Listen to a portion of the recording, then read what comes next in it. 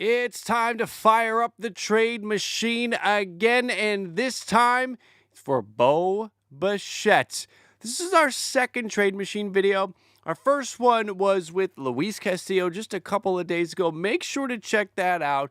And if you enjoy this concept, it's a new way to talk about trades and potential trades. Be sure to hit that like. A high like count lets me know you guys are enjoying it. Let's get started. And why Bo Bichette? Well, it's obvious. In The Athletic, Ken Rosenthal with a recent MLB Notes piece talking about Vladdy, talking about Bo. In that, he talked about how, or reported, that executives from 3 rival clubs say that the Jays are open to moving Bo Bichette, but only for a high price. So we're going to have to add that into the equation here. But this is a change from before the winter meetings, back at the GM meetings when the season wrapped up, when Ross Atkins said, no shot, not trading Bo Bichette. But things have changed.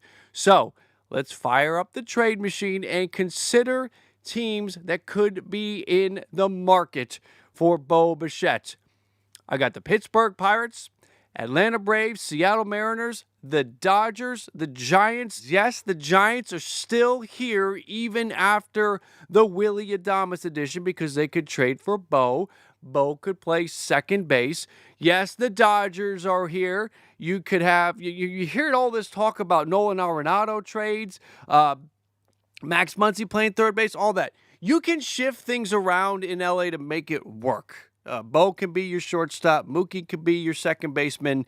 You can make this work. Gavin Lux becomes a trade piece, maybe a trade piece included in this deal. So let's dig into it. We will be using baseball trade values as a guide. And I say that because we're going to have to take some liberties here because there are several trade values that I disagree with. And I know you, the viewer, disagree with several of these as well. Let's take a look at Bo's value. Low, medium, and high. They give you 3 different ranges, 4.2, 5.2, and 6.3 million. But remember, what's it going to take to get him? We're going to have to go higher. We're going to have to go, and we're going to adjust this, and we're just going to take a nice round number. We're going to go to 10 million. And why? Because of this. Because if you want to get Bo Bichette right now, you're going to have to pay a high price. You're going to have to pay higher than a $5 million value or $6.3 million value. So we're going to have to bump this up, and it'll be viewed, again, like an overpay for Bo Bichette because what you're trading for is obviously not what he did in 2024. You're trading for the player that built up a successful hitting track record the seasons prior. He's not garbage. So anybody that wants to say he's garbage, sorry, I disagree. I'll just leave it nicely. Leave it at that. So we've got Bo with the $6.3 million value. Again, though, we're going to bump it up to $10 million. Now, those teams that I mentioned, Giants, Dodgers, Braves, Guardians, Pirates, I'm forgetting one. I'll put it up on the screen in a minute. Who are the potential, or who would be sort of the top trade chip that would be sort of centered in a deal? Let's put him on the board. For the San Francisco Giants, I think we're going to have to go with the pitching prospect. We have Carson Whisenhunt, and these dollar figures next to them, it is the value that is assigned to them in baseball trade values. Gavin Lux for the Dodgers, $15.9 million value. I disagree a little bit. I'm going to bring that down. That's why that is highlighted in red. We've got Hurston Waldrop from the Braves. We've got from Seattle, Luis Castillo. Is there a Bo for Castillo deal that we could pull off? And for the Pittsburgh Pirates, I've got Braxton Ashcraft. So in some instances, we're talking prospects with guys like Ashcraft and Waldrop and Whisenhunt. And in other areas, we're talking veterans with Lux and Castillo. Let's dig into the trades. We're going to begin with the San Francisco Giants. The Giants would have to send, or could send, I think to get this done, a little bit more. So we're going to go Carson Whisenhunt. We're going to add Tyler Rogers. Blue Jays could add him into that bullpen. And Casey Schmidt. That gets us to a pretty even trade here when you consider Bo's value at $10 million.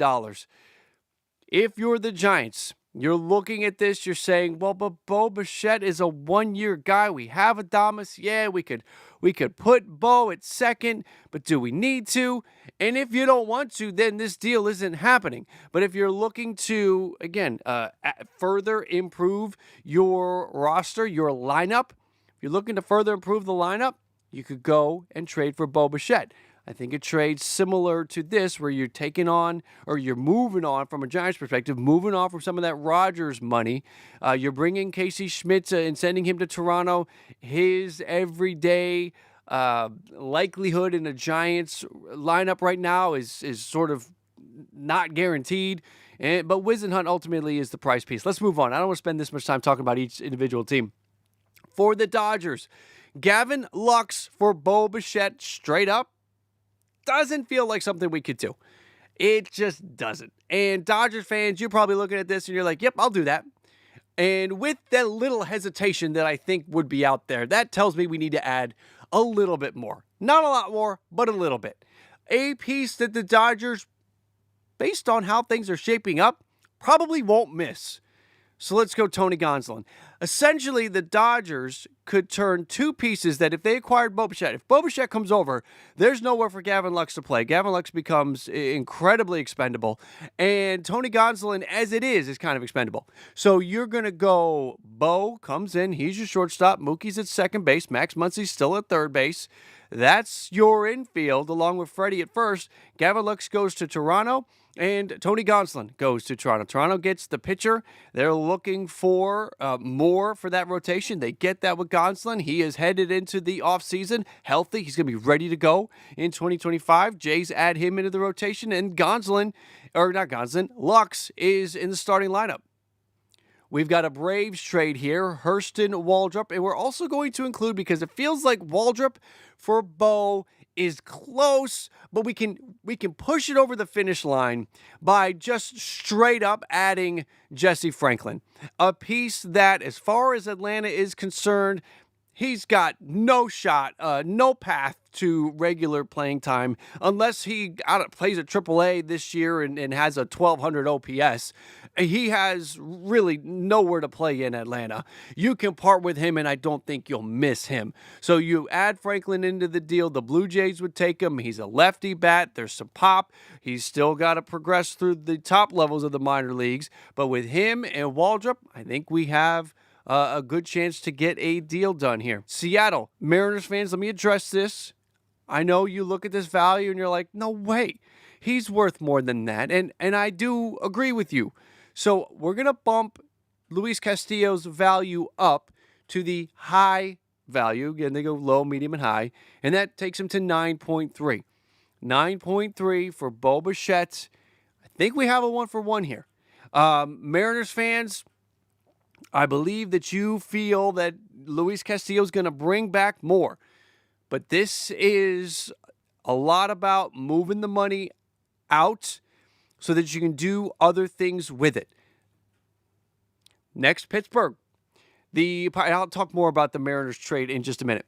The Pirates, I don't know. Again, when we look at baseball trade values and we're moving deals around, Braxton Ashcraft, a prospect, one of the top 5 prospects in the Pittsburgh Pirates organization, for 1 year of Bo Bichette. Pirates fans probably want to push back on that, and I would not fight you on that.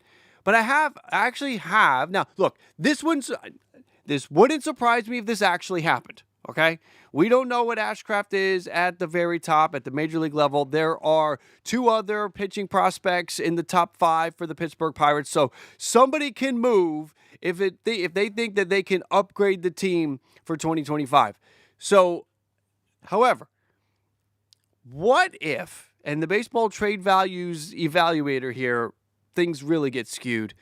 What if it's Mitch Keller? What if we do a Bo Bichette for Mitch Keller trade? Bo Bichette is, again, in a walk year, so could be viewed as a rental, likely a rental. Pittsburgh's not going to lock Bo up long term. But Mitch Keller, they gave him that contract, and since he got that deal, again, Jones kind of came out of nowhere. Looks like a top of the rotation guy. Skeens is one of the best pitchers in baseball. You have the three other prospects that we just talked about. So all of a sudden, Pittsburgh's looking at a situation where Keller, that money we gave him, boy, it would be great to have a do-over on that. And maybe the Blue Jays give it to him. This is the contract for Mitch Keller. In 2025, it's $15 million.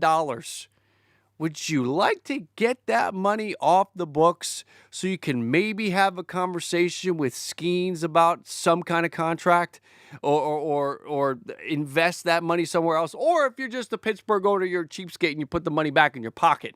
But there seems to be, in my mind, again, the values doesn't work, right? 19.4 is what Keller is holding on baseball trade values, and Bo's values bumped up to 10. So it doesn't work on baseball trade values. But when you think about Pittsburgh maybe wanting a do-over on this contract, there's rumors. There's already rumors.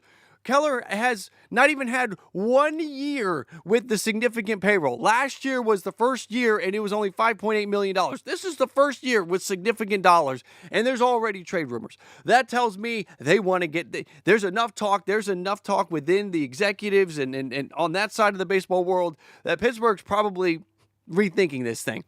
And Toronto could give him a bailout and give him Bo Bichette in the process. And if you're the Blue Jays and you can get Mitch Keller, is he an ace? I don't think so. Look at his numbers. He's not an ace. Is he a 1? No. Is he a 2? No. Is he a 3? Could be a 3. So you add him into the rotation for 2025 with Gausman and Barrios and Bassett and Keller, and Blue Jays rotation is looking better. So maybe there's something here. Anyway, let's run all these trades through the trade machine and let's get a winner.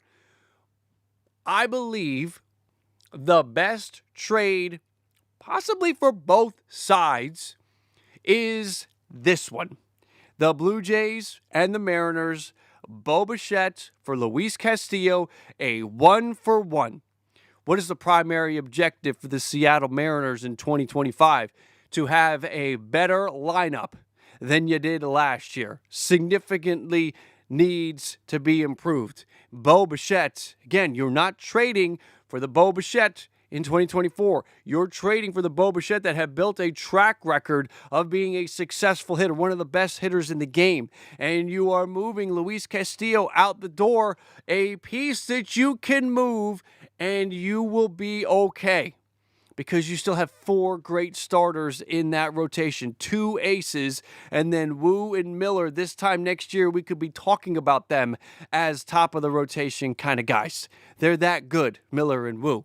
So you move Castillo, you move that $24 million a year out, and that gives you money to play with. I know Bo has some significant money attached to him this year, but if you're thinking about handing out a long-term contract with Castillo's money off the books, gives you a better chance of I don't know, feeling comfortable with your finances. I feel like I'm talking money to like my neighbor or something. I don't know.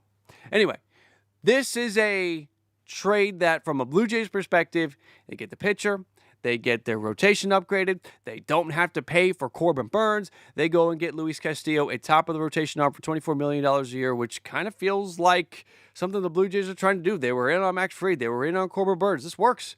And for the Seattle Mariners, they get Bo Bichette, they get an upgrade to their lineup, and they get financial flexibility. Feels like a win-win on both sides. What do you guys think? Comment down below. What trade is the best out of all 6 of these trade options? Which one do you like the most? Which one do you think needs to happen? All right, guys, that is going to do it for me this time. I do appreciate you coming in and spending some time with the channel. BALLCAP Nation, I salute you. Again, making it all the way to the end does amazing things for the algorithm, so I really, really do appreciate that. Make sure to hit that like on the way out, everybody. And remember, if it's low, let it go. And if it's high, let it fly. I'll catch you next time.